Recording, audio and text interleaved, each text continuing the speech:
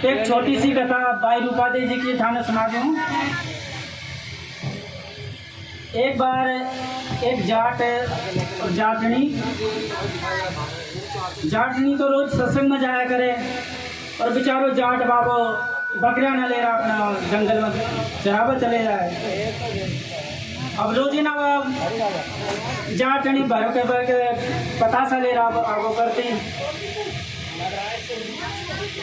एक दिन जाट बाबू पूछ लियो भाई ये पतासा कड़ा से ले रहा है, तो बोले मैं तो सत्संग में जाऊं गुरु महाराज के, और वहाँ पर प्रवचन होते गुरु महाराज के, संत महात्मा आते हैं भजन सुनाते हैं, वहाँ पे शाम का आरती करने के बाद में फिर प्रसाद मिलता है। तो मेरे को भी लेके चल, तो रोज़ पतासे ले लेके आते हैं, मेरे को भी ले चल, मैं भी देखूँ गुरु महाराज का कैसे भजन होते हैं।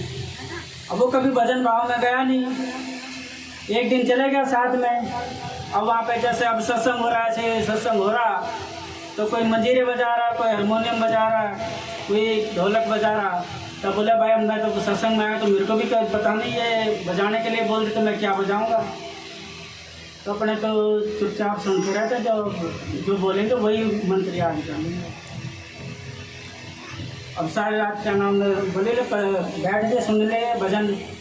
अब तो पतासे तो दे, कहाँ है पतासे, है भी रुको भजन हो रहे हैं, अभी आरती होगी सुनती, चल भाई रुक गया। फिर 2-4 भजन में फिर पतासे के ओढ़ लगे, तो ना पतासे नहीं आए, तेरे पतासे कहाँ हैं।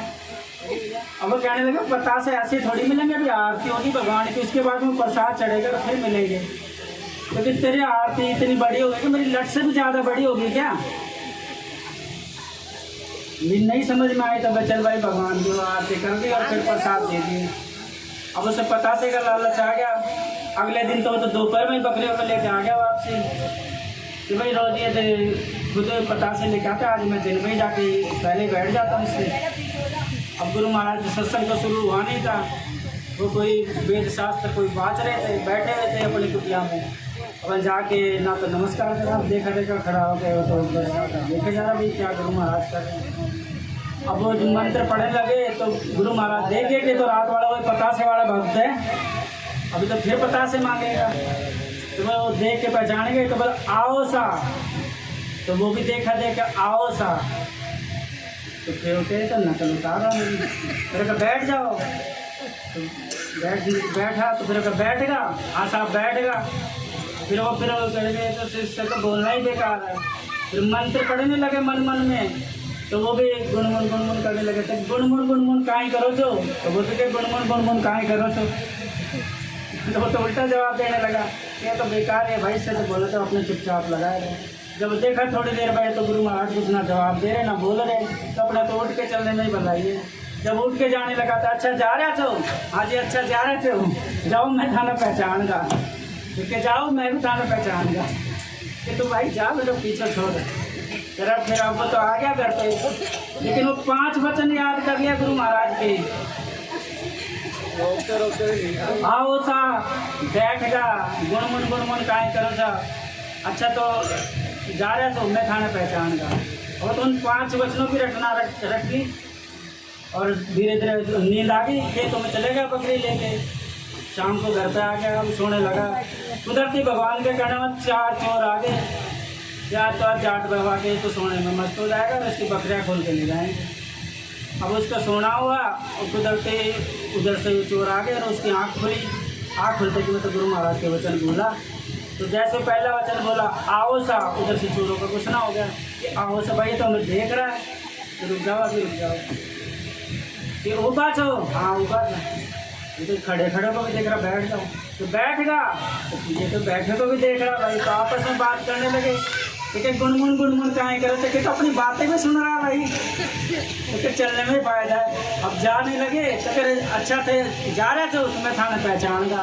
तो भाई जो तो अपने मन में कर लिया भाई, अब तो पकड़ेंगे, तो सुबह जाके 100 नंबर पर FIR करेगा अपनी, और पकड़वा देगा, तो पहचान भी लिया अपने को। अब तो के अपने चोर चारों आपस में सलाह करके कि 3-4 लाख रुपए का जुगाड़ करो भाई, 1-1 लाख रुपए, और इसको दे देंगे जाट बाबा को, भाई हमारी रिपोर्ट मत लिखाइए। अब सुबह आता है कि ले भाई बाबा ये 4 लाख रुपए, अरे ये किस चीज़ के भाई, फिर वही रात वाली बात, कि कौन सी रात वाली बात है। अरे वही जो आप कह रहे थे वही बात है, मैं इशारों में समझा कि मैं समझा नहीं, बताओ समझाओ मेरे को कि वही आओ सा ऊबा छो बैठेगा। हाँ और आगे आगे तुम भूल फिर आप जा रहे थे। अच्छा मैं थाना पहचान, हाँ तो यही तो बचन भूल रहे तुम आखिरी तो 4 लाख आ गए घर में। अब वो जाट बाबा विचार करा कि मैं मेरी घरवाली रोज सत्संग में जाती है और वो सिर्फ पता से लेके आती है और वो पैसे कहाँ रखती है, क्योंकि मैं तो एक ही दिन गया, मैं 5 वचन याद कर लिया तो मेरे को तो 4 लाख की कमाई होगी। वो इतने दिनों से जा रही तो पता नहीं कितने लाखों रुपए जोड़ रखी होगी। तो तो जाट नहीं आते क्या भाई मेरे को तो हिसाब दे, तो इतने दिन से सत्संग में जा रही थे कहाँ गए इतने लाखों रुपये। केवल लाखों की बात नहीं है कि तो खाली पता से लेने जाती थी। गुरु महाराज के वचनों के जो भी सत्संग में प्रवचन होते हैं, जो भी बातें ज्ञान की होती हैं, उनको धारण करने से अपने जीवन में सफलता मिलती है। ना कि 2 मिनट बैठे ऊपर के मन से गए, तो बैठो तो अपने सच्ची लगन से बैठो। बोले भक्त भगवान की। तो ऐसे एक मारवाड़ के मायने राजा रावण मालदेव जी थे। वो इतने अत्याचारी राजा थे कि संत मंतों को मारना और जाति बरातों पे डोला लूटना, भजन भाव से बहुत नफरत। उसके 2 घरवाली थे, एक तो बड़ी रानी रूपादेवी जी जो उनके पिताजी थे बिरजू जी, वो थे क्या नाम बाड़मेर के रहने वाले थे। तो उनका विवाह हो गया उनके साथ रावण मालदेव जी के नाम। वो बचपन से गुरु धारण कर रखी, अपने गुरु महाराज उगम सिंह को चेले और गुरु बना रखी। उनका एक भाई था धर्म का भाई दारू मेघवाल। उनकी छोटी रानी एक चंद्रकला। तो वो अपने मस्ती में मस्त रहती है। अब वो अपने भजन भाव में जाती तो वो हमेशा उसे भड़काती रहती कि क्या आप तो इतने बड़े ठाकुर और राजा हो और आपको ये भी पता कि आपकी बड़ी रानी कहाँ डोलती है रातों को, पता नहीं कहाँ भजनों में जाते रहे, कहाँ जाती है, आपको पता भी है, आप तो ठाकुर बन रहे हो। तो करना भगवान का एक दिन वो धीरे धीरे उसका पीछा कर लेता है। दारू मेघवाल जी के घर पे सत्संग का प्रवचन रखा गया। तो गुरु महाराज उगम सिंह जी ने बोला कि जाओ अपने रूपादी जी को ये इलायची दिया और सत्संग का निमंत्रण दिया हो, बहुत दिन हो गए उनको सत्संग में आए हैं। अब दारू मेघवाल जी उनके घर पे गए रूपादेवी जी के कि भाई साहब थाने गुरु महाराज याद करें और सत्संग को बुला हुआ है थाने। तो अब तो एक कार्ड छपाते हैं या वैसे फोनों से बोल देते हैं, पहले इलायची देते थे सत्संग का निमंत्रण। और इलायची अगर किसी ने ले ली तो चाहे कुछ भी हो जाए वहाँ पहुँचना जरूर है, चाहे 2 घड़ी के लिए जाए कि नहीं मैं तो आप गुरु महाराज ने आदेश दिया आपको धारण करना पड़ेगा। तो इलायची दे के आ गए। अब वो कुदरती अब एक धर्म का भाई बना रखी थी रूपादेवी जी तक्षक नाग को। एक बार रूपादेवी जी बाग में जा रही थी तो वहाँ पे तक्षक नाग के सूढ़ चुभी हुई थी। तो उसके सूढ़ निकाली तो तक्षक नाग उसके अपने रूप में प्रकट होकर उसको वरदान दिया कि तूने मुझे इससे छुटकारा दिलाया कि आज से तू मेरे धर्म की बहन है, कभी तेरे को अगर भीड़ पड़े कभी जरूरत पड़े तो मुझे याद कर लियो तो मैं आ जाऊँगा। तो जब रूपादेवी जी जमले में जाने के लिए विचार करी तो तक्षक नाग आगे कि बीरासा मैं गुरु महाराज के भजनों में जा रहा हूँ थोड़ी देर के लिए, आप है ना मेरी जो सैया है ना उस पर मेरा रूप धारण करके आप विश्राम करो इस पर, ताकि उनको ये लगे कि मैं यहीं सो रही हूँ, रूपादेवी जी कहीं गई नहीं हूँ। तो नाग चद्दर ओढ़ के लेट जाता है और नाग की आवाज़ फूंकार की आवाज़ जैसे कहते हैं छम छम छम जैसे पादी बजती है। तब उधर तो ऐसे लगे रावण मालदेव जी को कि वो तो सो रही है। लेकिन जब वो जमले में सत्संग में पहुंच गई और भजन भाव शुरू होने लगे तो चंद्रकला कहते हैं कि आपकी रानी तो पता नहीं कहाँ डोल रही है। तो पीछा कर लेते धीरे धीरे, पीछा करे तो रूपादेवी जी जैसे चल तो रही ज़मीन के ऊपर, लेकिन रावण मालदेव जी को लग रहा है जैसे पानी के अंदर चल रहे। तो डर गया वो कि भाई मैं पानी में तो डूब जाऊँगा। फिर वो देखा पैरों की तरफ तो पैर सूखे दिखे, क्योंकि गुरु महाराज के पैर तो सूखे हैं इसके, तो इसका मतलब पानी वैसे ही रचना है कोई। डरते डरते एक पैर रखा तो वहाँ पे ज़मीन ही है, फिर पीछे चले गया। अब वहाँ जब सत्संग वगैरह वहाँ पहुँच गई, रूपादेवी जी अपना गुरु महाराज को नमस्कार करके आसन लेके बैठ गए। पीछे से रावण मालदेव जी देखने लगे, तो जैसे रावण मालदेव जी की नज़र जोत पे पड़ी तो जोत बुझ जाती है। अब जोत के बुझते गुरु महाराज बोले कि भाई साहब था कि साथ को यूँ करो आए। कि नहीं गुरु महाराज मैं तो अकेली आई हूँ, मैं तो किसी को बता के भी नहीं आई, मेरे तो पतिदेव भी इतना अत्याचारी कि मैं तो उसको तो बोल के ही नहीं आ सकती। लेकिन नहीं भाई साहब कोई ना कोई नुकरो आया था साहब। तब रावल मालदेव जी सुन रहे थे वोट में, कहते हम मैं ही आया हूँ पीछे तो मैं ही नुकरा हूँ। तो थोड़ा सा पीछे हुए तो जोत अपने आप दोबारा प्रज्वलित हो जाती है। बोले धनी द्वारका नाथ की जय हो। जब जोत जली तो रावल मालदेव जी सारी रात वो वहाँ पे भजन सुने। जब आरती का समय होने लगा थोड़ी देर सब खड़े हो गए सुन में और प्रसाद ले लिए। जब देखे भाई अब रूपा देवी जी अपने घर वापस लौटने वाली है तो उनके लौटने से पहले उनकी एक चप्पल अपनी कांख में बगल में दबा के उनसे पहले घर आ जाते हैं कि आज देखते हैं पजोगते रानी को कि झूठ बोलती है कि सच बोलती है कि कहाँ गई थी रात को। अब रावल मालदेव जी जब अपने महल में पहुँच जाते हैं, नकदी तलवार हाथ में ले रखते हैं। अब रूपा देवी जी पहुँचे घर पे, यहाँ भाई फिर रात में कटे गया। अब रूपा देवी जी भाई डरते डरते देखे उसको तलवार ले रखा है, उसको मारने के विचार में ही है। तो ये गुरु महाराज को याद करी कि गुरु महाराज मैं आपका सहारा लेके आज थोड़ा सा झूठ बोलूँगी लेकिन मेरे सहाय करना। तो पहले के अब तो प्रसाद जैसे डोंडे में डाल दिए, हाथ में ले लिए। पहले प्रसाद ढक के ले जाते थे, पल्लू में ढक के लेके जाते। तो जब थाली में थोड़ी छोटी थाली में प्रसाद ले रखी और उसके ऊपर पल्ले का ओट कर रखी रूपा देवी। अब वो रावल मालदेव जी पूछने लगे कि तू कहाँ गई थी रात को? कि मैं तो आपके बगीचे में गई थी, बगीचे क्या आपकी पूजा के लिए फूल तोड़ने। फिर तो झूठ बोल रही है कि नहीं पतिदेव मैं तो सच बोल रही हूँ, कि आप नहीं मानो तो देख लो ये। मैं कैसे मान लूँ मैं तेरे, जब वो देखा कि भाई तो झूठ बोल रही है तो वो गुस्से में तलवार मारने लगे। तो जो चप्पल छुपा रखी थी उसकी गुच बन गई। तब से ये बीमारी चली, यहाँ पे कांप लाई जो हो जाती है ना, फोड़ापन से जाता है कांप में, उस दिन से ही चली आई है। तो जब ये हो गई तो देखे भाई अब ये हाथ वैसे के वैसे रुक गया, तलवार मारी नहीं जा रही। अब दूसरे हाथ से वो देखा कि अपन खोजोगे तो सही है कि झूठ बोल रही है कि सही बोल रही है। जब वो साड़ी का पल्ला उठा के देखे तो छोटी सी थाली और उसमें लाल पीले हरे नाले कई रंग कई तरह के फूल खिल गए। बोले धनी द्वारका नाथ की जय हो। तो वो थाली में बाग लगाया भगवान ने। तो मतलब अगर किसी अच्छे काम के लिए अगर झूठ भी बोले तो भगवान उसमें भी सहायता करते हैं, लेकिन हो कोई धर्म का कार्य है। जब ये देखी रचना तो रूपा देवी जी कहने लगी कि गुरु महाराज कि बाबा से मुझे ऐसे अत्याचारी राजा के हाथ में पड़ना भी कि जो मुझे ना सत्संग में भेजे ना जमला में भेजे, तो ऐसे मनुष्य जन्म देने से अच्छा तो मुझे कोई पशु जीव बना देता, पेड़ बना देता। तो क्या कहती रूपा देवी?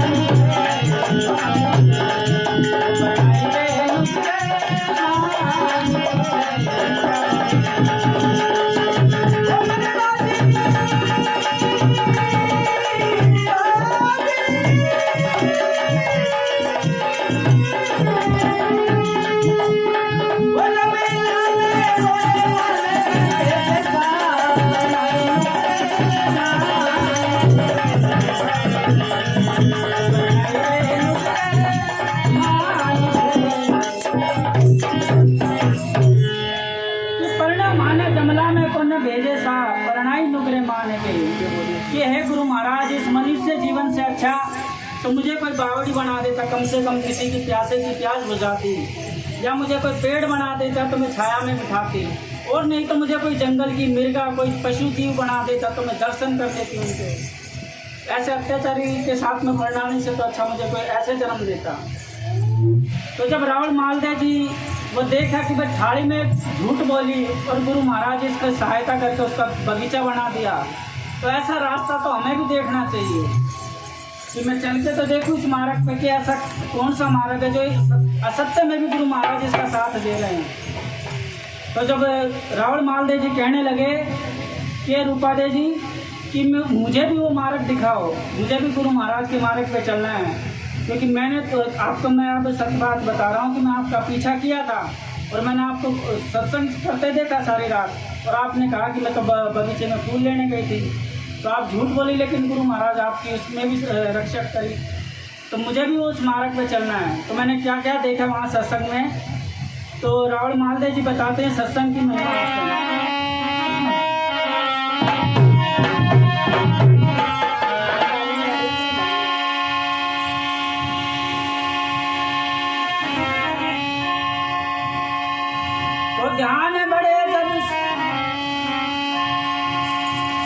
ज्ञान बड़े गुणवान की संगत, ध्यान बड़े जब सत्संग की ना, बुद्धि विवेक विचार बड़े जब कोई महापुरुष की संगत की ना। कि ज्ञान बड़े गुणवान की संगत, ध्यान बड़े जब सत्संग की ना, बुद्धि विवेक विचार बड़े जब कोई महापुरुष की संगत की ना। तो क्या कहते हैं रावण मालदेव जी, ना कर ले लड़ी जमला में चलाए,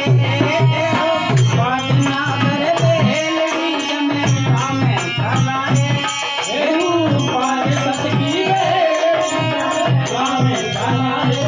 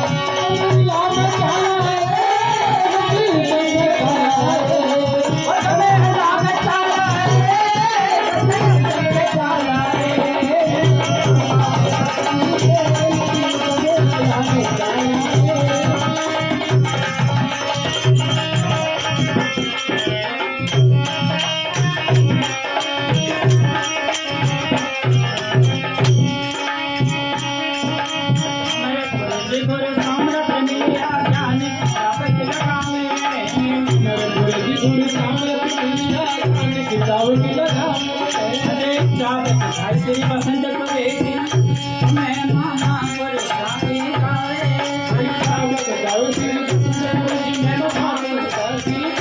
आवे दो तेरे भरे कोने सत्संग में मोक्ष हो जावे आवे धूप तेरे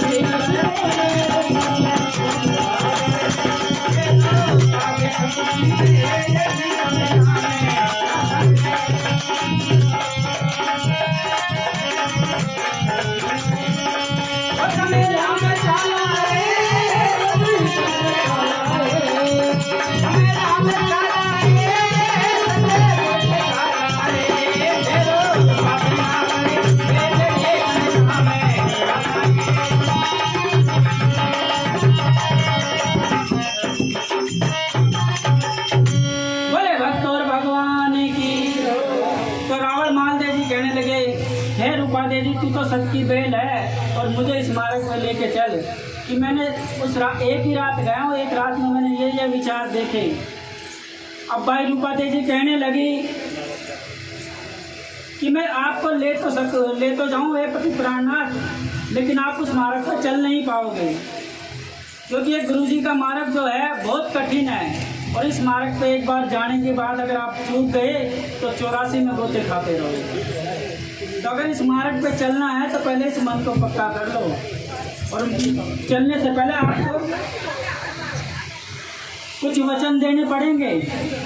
अगर आप उन वचनों में चल सकते हो तो चलो, अगर नहीं चल सकते तो फिर आपका जाना बेकार है। आप अभी यहीं चुप लगा जाओ कि नहीं, मैं आप कहो तो मैं वचन मानने को तैयार हूँ, लेकिन मुझे उस मार्ग पे चलना है।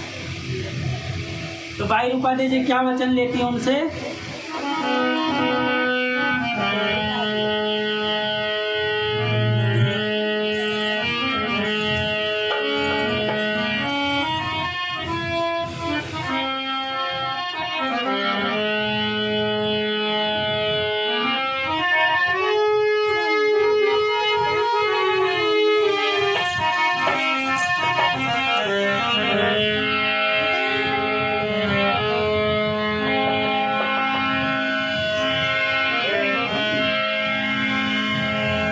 सतगुरु सब कहे तो साचा, सतगुरु कहान को बरन बूदड़ी ओढ़ के तो सब जग रहा है सो।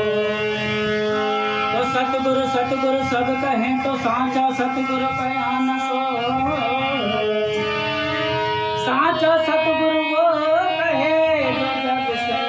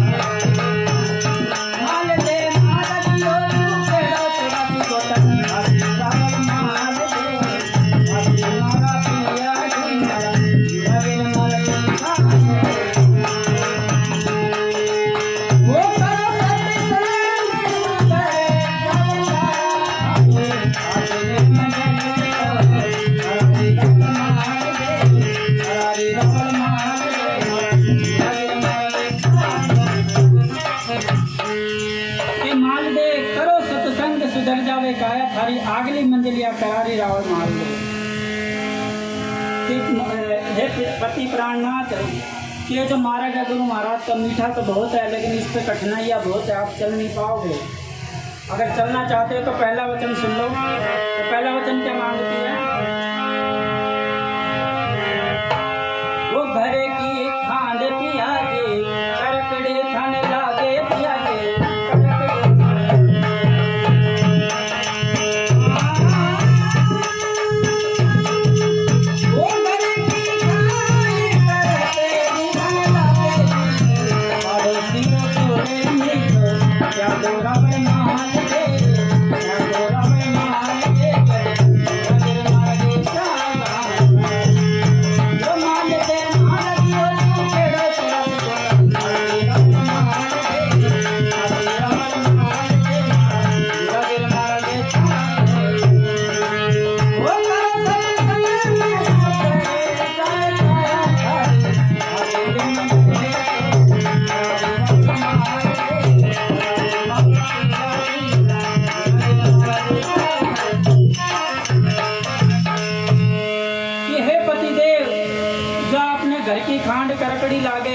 और ये पाड़ोसी रो जो गुड़ मीठा लागे है ना, जो त्यागना पड़ेगा खाने। कि ठीक है, जो आप कहो वो सत्य है, आज के बाद ऐसा काम नहीं होगा। तो फिर दूसरा वचन क्या मांगते हैं? वो भाई लारी नारने पिया जे मायड़े की जो राखड़े, मायड़े की जो राखड़े, मायड़े।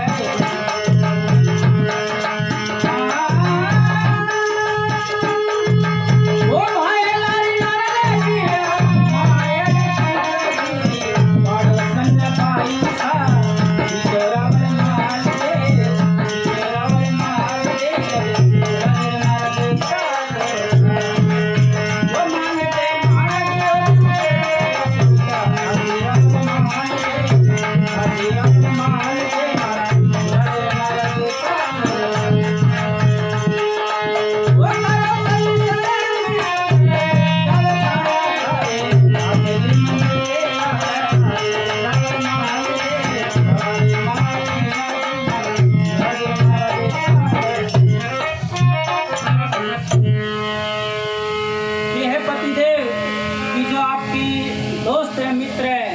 उनकी स्त्री को माता के समान समझना पड़ेगा, और जो पड़ोसन है वो बहन के समान। तब तो चलो इस मार्ग पे। तो ठीक है, आप जो कहो वो सत्य है। दूसरा वचन भी मान लिया, कि नहीं मानो तो तीसरा वचन सुनो। वो कालर कालर खेत पिया दे, खेती मत कर जो रावण, खेती मत कर।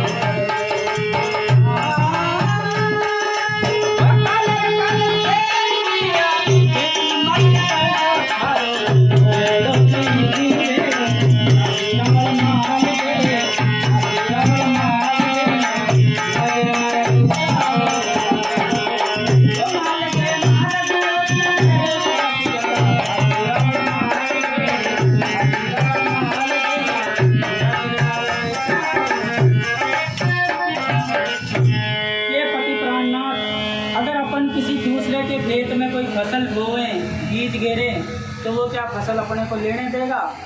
तो ये आपको मैं पर्दे में एक इशारे में बात समझा रही हूँ कि कालर कालर खेत पियाजी खेती मत कर जो हर बोड़ो बीज रेड़ो जासी। कि जो आपकी मूल तो मिलना बेकार है, ब्याज तो मिलना बेकार है, जो मूल दिया हुआ है ना वो भी वापस नहीं मिलेगा।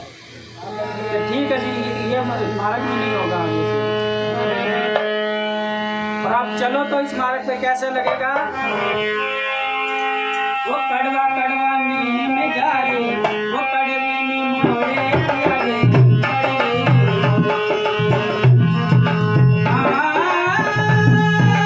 वो कड़वा कड़वा नीम जा रे, कड़वी नीम मोड़े पिया रे, तेरे खोने लाई रात मार दे, मारा तेरा तुम्हारा रज मार दे, वो माल दे मार दे।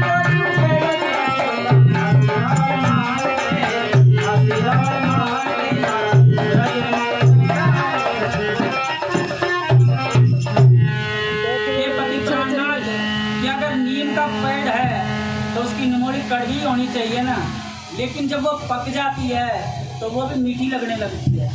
कहने का तात्पर्य है कि आदमी के अंदर गुण भी है और अवगुण भी है। जब संगत जैसी करेगा वही निकल के बाहर आएगा। अगर अच्छी संगत में करेगा तो उसके गुण निकल के आएंगे, और बुरी संगत में पड़ेगा तो अवगुण आएंगे। तो ऐसा मार्ग है कि गुरु महाराज का अगर आप उस मार्ग पे चल गए तो आपको जो कड़वी नीम की है ना वो भी मिठास लगेगी। आप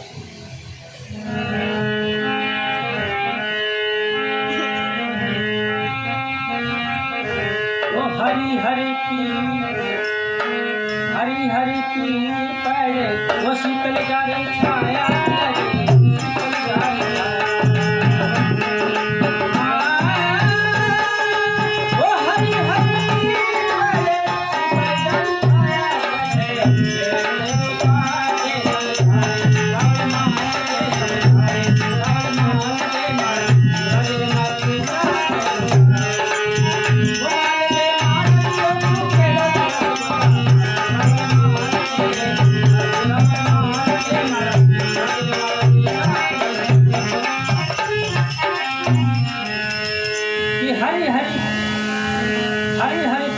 शीतल जारी छाया बट वेठ रूपादि समझावे रावण माल। जब रावण माल मान लीजिए सारे वचनों में चले गए तो उनको गुरु महाराज के मार्ग पे ले गए, सत्य मार्ग पे चले गए। तो रावण मान लीजिए अपनी छोटी रानी को भी सत्य मार्ग पे ले जाने के लिए प्रयास करते हैं, तो उसको भी मनाने की कोशिश करते हैं कि तू भी ये जो झूठ कपट निद्रा एक दूसरे की बुराई करना, इस झूठ कपट के मार्ग को छोड़ दे, तो तू भी गुरु महाराज के मार्ग पे लग जा। तो उसको समझाने के लिए रावण मान लीजिए क्या कहते हैं,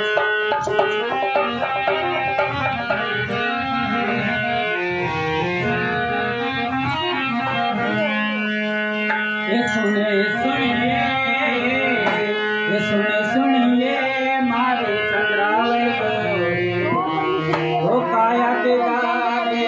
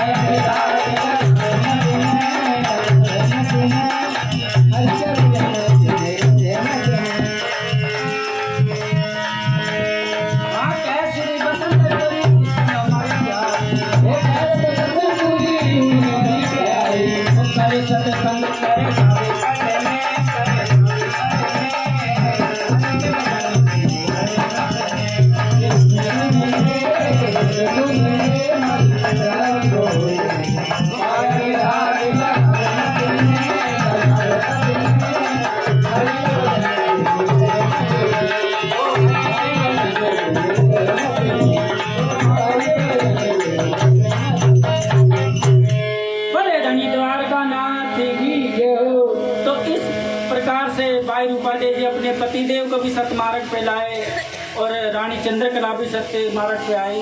तो आज बाबा के साथ तस्वीर में वो मालीनाथ के नाम से प्रसिद्ध हैं, मालीनाथ जी के नाम से।